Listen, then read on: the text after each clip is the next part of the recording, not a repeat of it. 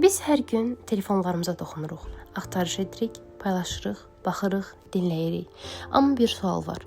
Bu məlumatların sahibi kimdir? 20-ci əsrdə torpaqlar deyil, məlumatlar fəth edilir. Bu prosesin adı isə rəqəmsal kolonializmdir. Tarixdə kolonializm güclü dövlətlərin başqa ölkələrin torpaqlarını, resurslarını və insan əməyini nəzarətə götürməsi idi. Bugün isə müstəmləkəçilik başqa formada qayıdır. Artıq torpaq yox, məlumatlar əsas sərvətə çevrilib.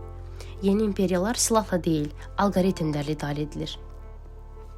Rəqəmsal kolonializm texnologiya şirkətlərinin insanların şəxsi məlumatlarını toplayaraq iqtisadi və siyasi güc əldə etməsidir.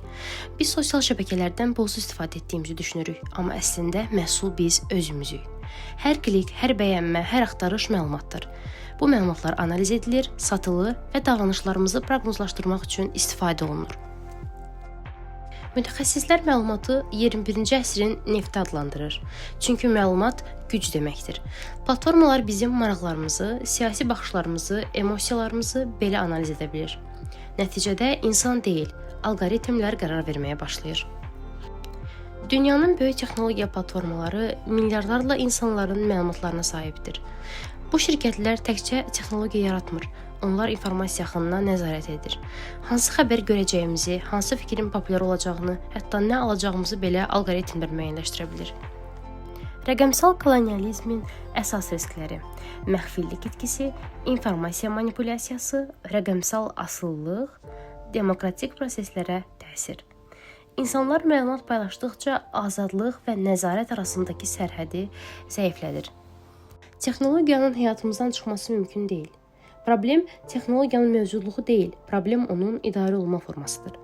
Ekspertlər hesab edir ki, rəqəmsal azadlığın qorunması üçün ilk addım rəqəmsal savadlılıqdır.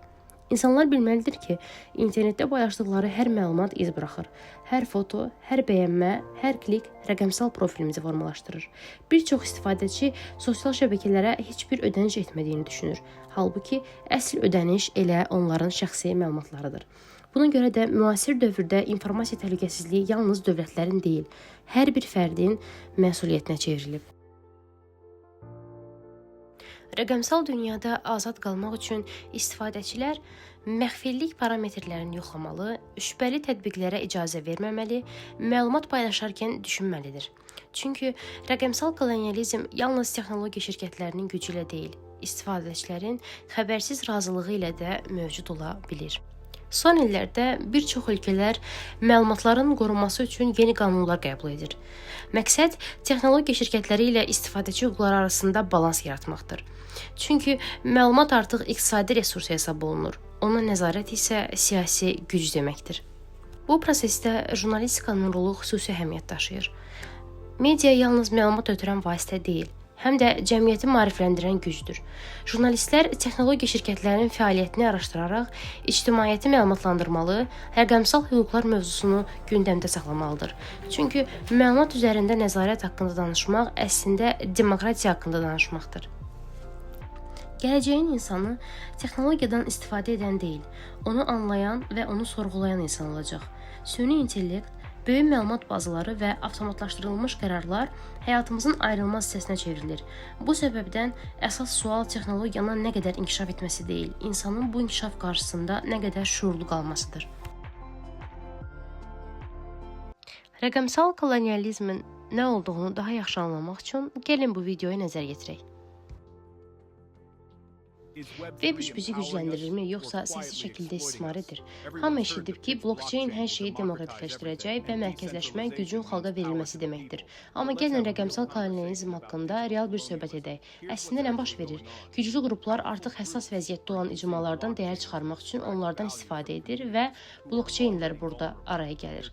Onlar yerli xalqların torpaqlarını tokenləşdirir, yerli mədəniyyəti NFT-lərə çevirir, icma məlumatlarını toplayır və bundan qazanc əldə edirlər. Amma torpağa, mədəniyyətə və məlumatlara sahib olan insanlar çox vaxt demək olar ki, heç nə geri almırlar. Gəlin tanış bir modeli parçalayaq. İnkişaf etməkdə olan bir bölgədə kripto vasitəsilə iqtisadi imkanlar vəd edirlər. Elə sistemlər qururlar ki, yerli insanlar öz iqtisadiyyatlarında iştirak etmək üçün belə token almağa məcbur qalırlar. Şirkət smart müqavilələri nəzarət edir. İdarə etməni onlar həyata keçirir, mənfəəti də onlar götürür. Bu arada bütün riski yerli icma daşıyır. Bu sadəcə blockchain terminləri ilə bəzədilmiş klassik resurs çıxarma modelidir. İndi isə bu gücləndirmə kimi təqdim olunur, innovasiya kimi, inkişaf kimi. Amma səhv başa düşməyin, web üçün həqiqi potensial var. İnsanları gücləndirmək üçün həqiqi nümunələr də mövcuddur.